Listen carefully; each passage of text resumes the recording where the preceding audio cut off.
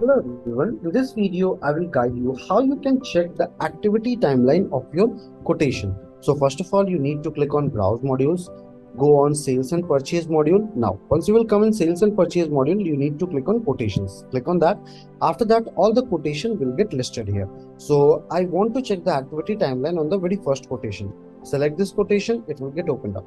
Right hand side you will see an option of activity timeline. Click on activity timeline and please check this is how your activity timeline will look like. You can select at the rate and then after you can tag any team member and you can mention that need to send email on this quotation. I can send it. They will get notified via email. I can also mention any comment here and can directly send it to the email by selecting this. Any email on that particular email, if they will revert, that will also come in your activity timeline. So this functionality will help you in checking your activities on a quotation just like a CRM. I hope this video will be helpful to you in order to check your activity timeline on quotation. Have a good day ahead.